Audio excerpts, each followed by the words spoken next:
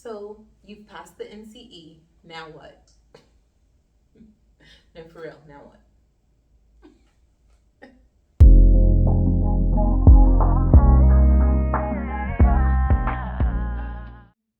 I think that's the natural question for every student, whether it's I passed the exam, now what? Like any daunting task, once you've completed it, you feel like, ugh, now what?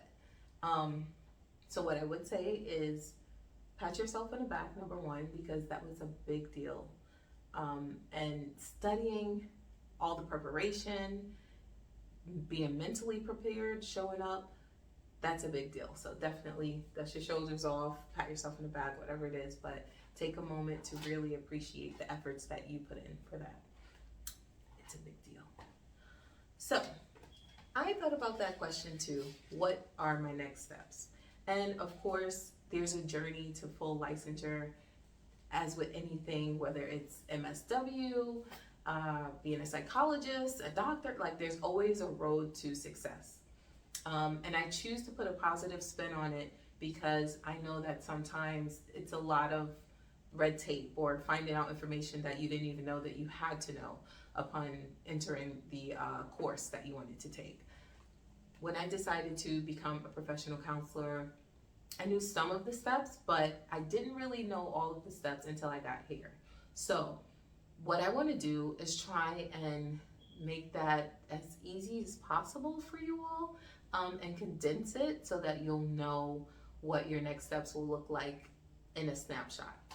Of course, there's going to be information that you'll have to Google and gather, but just having a roadmap will pretty much get you to where you got to go, like a little GPS. I'm a GPS.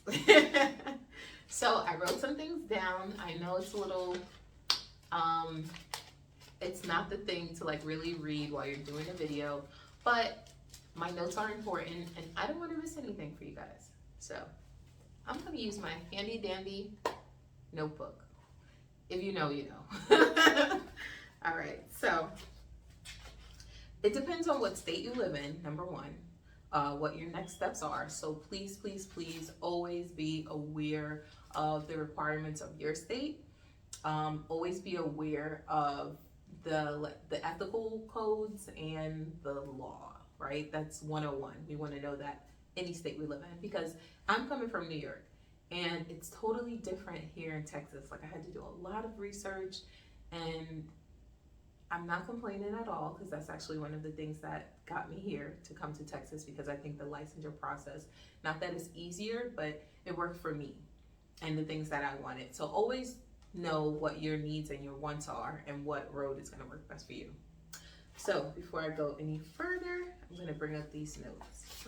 I almost feel like I'm in class. Like, do you have any questions? All right, so the NBCC, which is the National Board for Certified Counselors, they're going to have to send your test scores to your state's board, which will be the Texas State Board for me. They do that automatically. That's within 30 days. And, you know, me doing some digging and calling, I was told that that process could actually be between 4 to 6 weeks.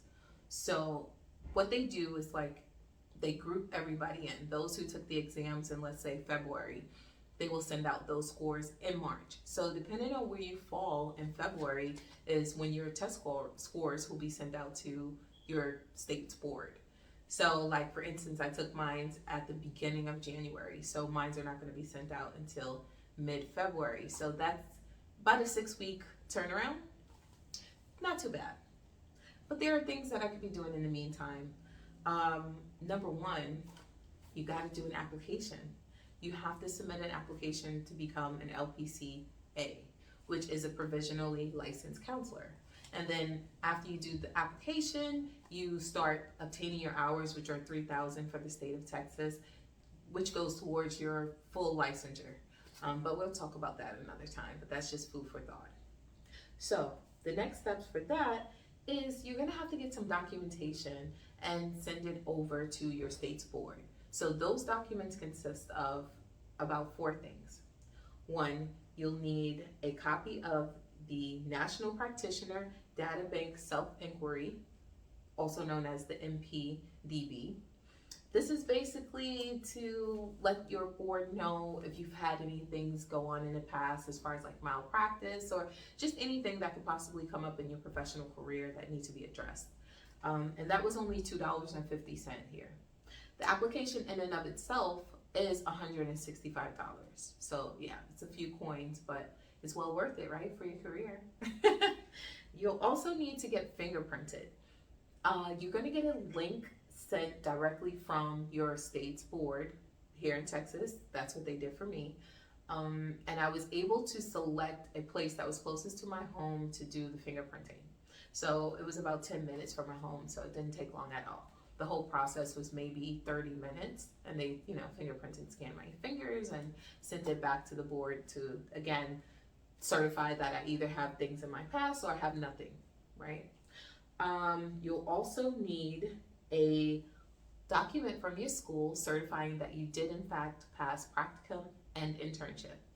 And I would say that is more of just documentation, because had you not passed those things or obtained those hours, you wouldn't have been able to sit for your NCE and pass the NCE. So that's good information to know, that it's basically about documentation. It's like putting together a portfolio for you. The other thing is that they'll need a copy of your jurisprudence exam. I'm so happy that I said that right on the first go, because that word, it gets me. So they'll need a copy of your jurisprudence exam, which is a no-fail exam that's required for every candidate that wants full licensure as a professional counselor in the state of Texas. It was $39. It's multiple choice questions. And again, it's no fail because they give you the information and you're basically answering the questions according to the information that you read.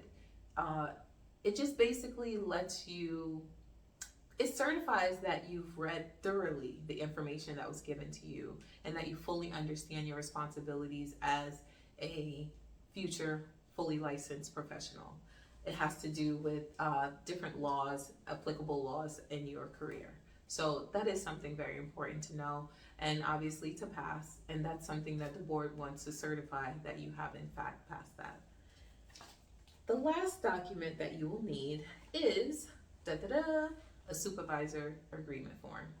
You will need a document from your supervisor that you've chosen, that you've selected, an LPCS, that basically agrees that you and her or him have entered a contract for this person to supervise you for the remaining 3,000 hours that's needed towards your full licensure. So although you pass the test, you will still need to be under someone who's fully licensed, and you'll be able to then move forward towards full licensure. And you don't necessarily work for that person. You're more so working with that person, that they will lead you and guide you with ethical practices. If you want to open up a private practice here in Texas, they allowed LPCAs to do so. Of course, you have to be, again, under someone who's fully licensed. It's important because liability is a big deal. We don't want to just graduate from college, although we have a lot of knowledge and we've taken the test. It's very important to be mentored. It's very important to have a supervisor, someone who can say, look, I've been there and done that. I was a young counselor too, and these are some of the things that I had to go through, and these are some of the hurdles that I don't want you to go through, so I want to help you. So in my opinion, that's great. It could take anywhere from, I believe, 2 to 3 years. I want to check that out, but again, check with your state's requirements. 18 months is the least time that you have to complete the 3,000 hours. So again, it depends on what you have going on in your life, if you're able to have a full load or not, but it takes time. So that document you'll need to submit to your state's board, which is the Texas Behavioral Health Board here, just so that they will have, again, another piece of documentation that certifies that you are eligible to become or receive the certificate that you are LPCA. So those are the documents that you need.